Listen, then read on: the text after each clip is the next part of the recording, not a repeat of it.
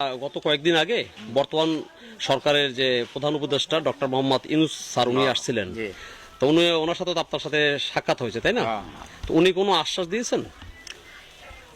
কৌশলে আমি তোমার সাথে খালি দেখা করবে আসছি, ইনশাআল্লাহ আমি সাথে থাকবো, আপনার ঘরে পাশে থাকবো। আচ্ছা ঠিক আছে, ওই কথা কয় মানে 5 মিনিটও আসলো না আমার বাড়ি, বুঝছেন না? 5 মিনিট থাকে নাই না, কয়েকটা কথা শুনাশুনি করে থাকতে পেরে গেছে ওই যে একাডেমিক, ওখানে হেলিকপ্টার ওখান থেকে নামছি। ও আচ্ছা, ওখান থেকে গাড়ি।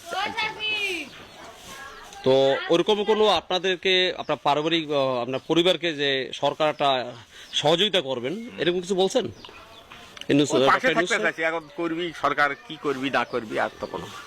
আর এর আগে তো স্বৈরাচারী হাসিনা সরকার বিদায় হওয়ার আগে আপনার সাথে দেখা হয়েছিল মেবি নাকি? গণভবন নিয়ে গেছিল, তখন সেই হাসিনা আপনাকে কি বলছিলেন?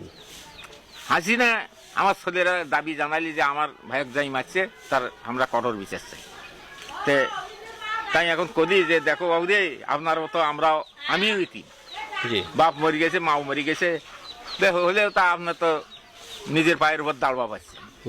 কোথায় বাবা রে, আমি দাঁড়বা পাচ্ছি এই জনগণের জন্য। তো ওই কথা কয়, তারপরে আর একজনের ডাক পড়লো, 26-27 আর একজনে গেছিল পরিবার। এ হলে করি করে 8 ঘন্টা খানেক আসলো কি না আসলো শুনি যাই চলি গেল ও পাকে 5 বাড়ির দিক। এখন কোর্টে থাকে কি সমাধান উঠলে তো আর দেখি নাই আমরা না। কিন্তু আপনাকে কোনো আর্থিক সহযোগিতা কিংবা আপনার বাড়ি নির্মাণ করে দেওয়া এরকম কিছু আশ্বাস দিয়েছিলেন? না, ওরা কিছু শেখ হাসিনা না, কিছুই বলেন নাই। এটা দিছিল যে 10 লাখ টাকার একটা এফডিআর কি কয় হ্যাঁ দাম সঞ্চয় চেক, হ্যাঁ সঞ্চয়পত্র সেটা দিচ্ছিলেন 10 লাখ টাকার। হ্যাঁ, সেটা টাকা তো এখনো চাইরে না উঠে দেয়, 3 মাস পর বেলে উঠবি। হ্যাঁ, ওটা 3 মাস পর আসবে। 3 মাস পরে ওই যে পীরগঞ্জ গেছিল, তাই সোনালী ব্যাংকত যা ওটা বুঝলো যে এটা ফেল হয়ে যাবি নাকি, না না না টাকা পাবে, কিন্তু ও তো 5 বছর নাকি। তো এখন আপনাদের পরিবার কিভাবে চলে? চলছে কষ্ট মষ্ট করে।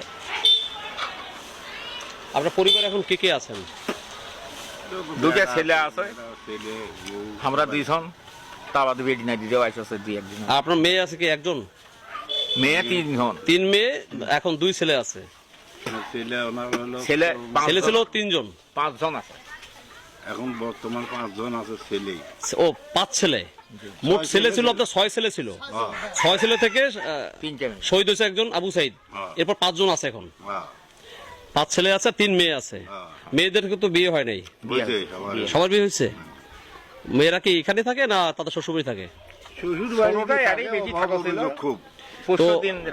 নিয়মিত এরকম নিউজ ভিডিও পেতে অবশ্যই আমাদের চ্যানেলটি সাবস্ক্রাইব করবেন এবং ভিডিওটি ভালো লাগলে অবশ্যই লাইক, কমেন্ট এবং শেয়ার করবেন। ধন্যবাদ।